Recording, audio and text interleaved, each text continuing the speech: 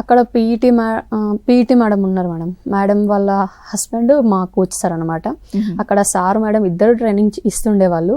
అలా అయితే బయట ఒక రోజు ఏమైందంటే క్రాస్ కంట్రీ కానీ అందరినీ రోడ్ రేస్కి తీసుకొని వెళ్ళారు సార్.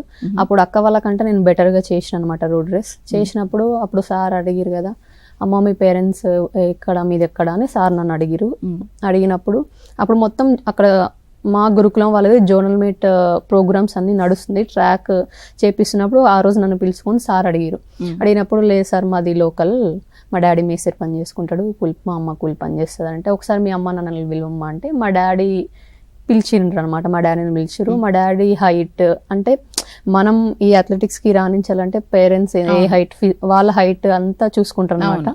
మా డాడీ హైట్ అదంతా చూసారు. మీ అమ్మాయి ఇంత మంచిగా ట్రైనింగ్ చేస్తుంది అంటే అందరు చిన్న ఏజ్లో కూడా వాళ్ళకంటే బెటర్గా పర్ఫామ్ చేస్తుంది అమ్మాయి.